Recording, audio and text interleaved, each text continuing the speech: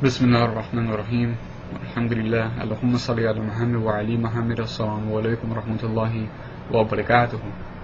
I'm making this video at the request of some brothers and sisters who had asked me to, explaining why it is that I became a Shia Muslim and why after 4 years I decided to reject Sunni Islam.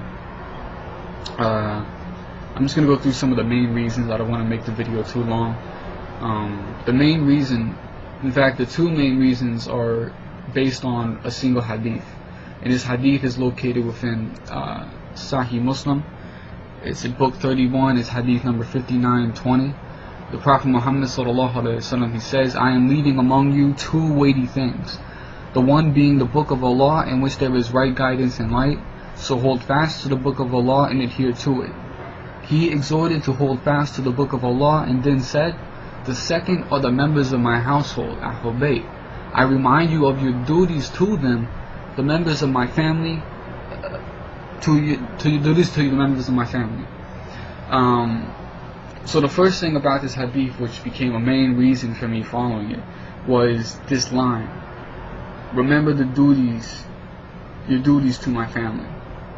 Now, when you look past a lot of the covering up and the conspiracy that's been used basically to hide a lot of the historical events that took place after the death of the Prophet Muhammad sallallahu alaihi wasallam, which is mainly the abuse and the oppression of Ahlul Bayt, which even at some point Sunnis have to acknowledge. The abuse of Fatima alayhi salam, in which she was slammed in the doorway, which caused her to have a miscarriage and eventually led to her death. The poisoning of Hassan, obviously the Battle of Karbala, in which Imam Hussein alayhi salam and his companions were martyred. Later on, you'll notice that every single one of the Imams that followed that died unnatural death, meaning they either died by bloodshed or they died by poisoning. And so these are some major historical events that have been covered up, or at least kind of pushed to the side, in order to just not brought to the attention of Muslims.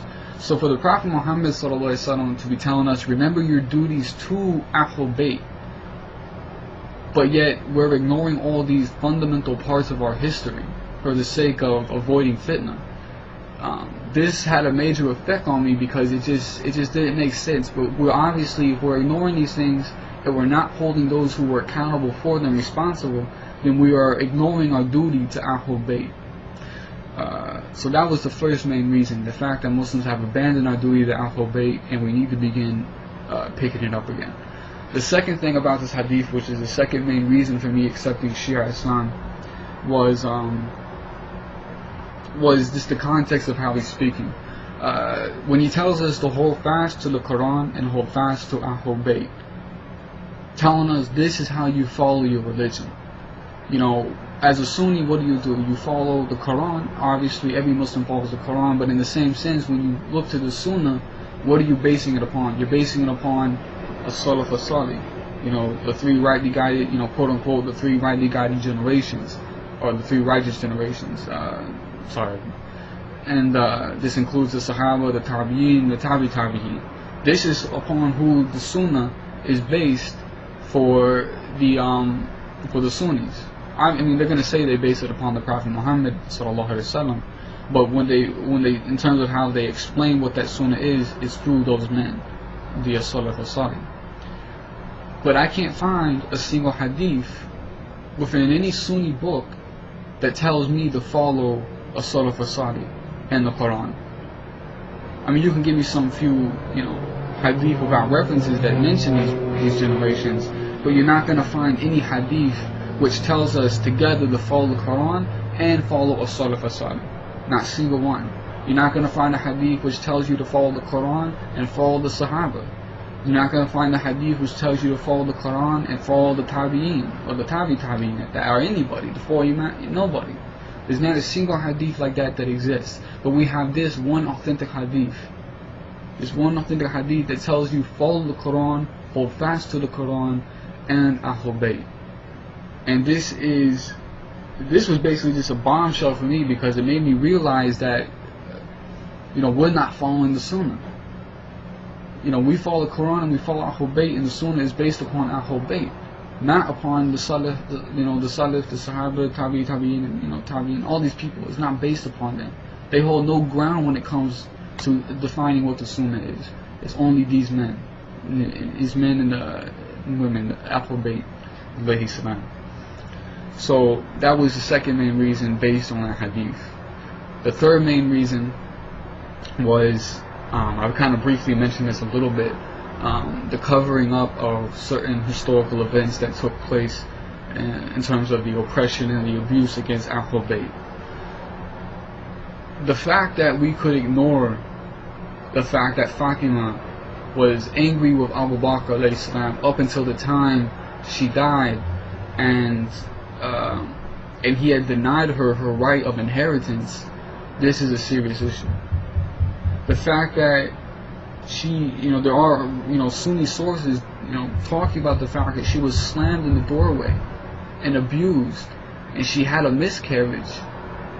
This is a serious issue, the fact that we're not talking about this. The fact that, Imam Ali was denied his right.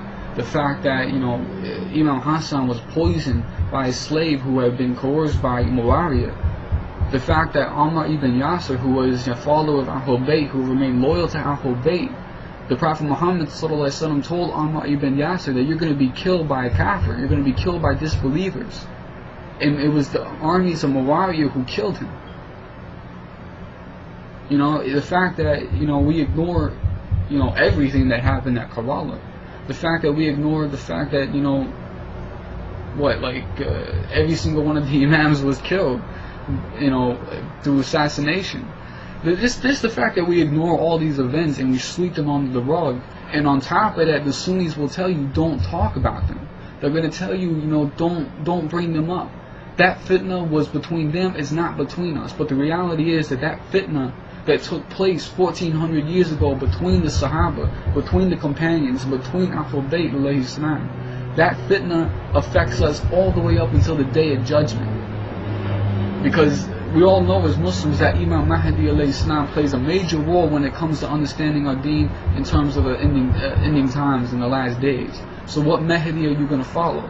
The Mahdi who has in fact been in occultation for how many, I can't remember the exact number of years, but for the time that he has, are we going to follow the one who's just going to claim that he is, and the Sunnis are going to follow?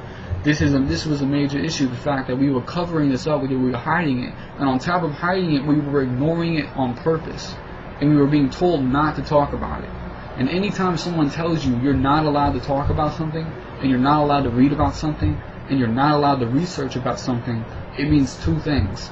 One, they're hiding something, and two, obviously, it's not the correct methodology. So this was, the next main reason for me to reject Sunni Islam and accept Shia Islam. And obviously the fourth reason, this is the last reason, there's tons of reasons, but I'm just going to go through the main ones. The last reason is my love for Ahlul Bayt alayhi salam. The Prophet Muhammad ﷺ told us to remember your duty to them, to follow them, they're purified, so on and so forth. And I have a love for Ahlul Bayt alayhi salam, and that love is so much that I would give my life for them. And this is a love that Sunnis don't have for Ahlul Bayt alayhi salam.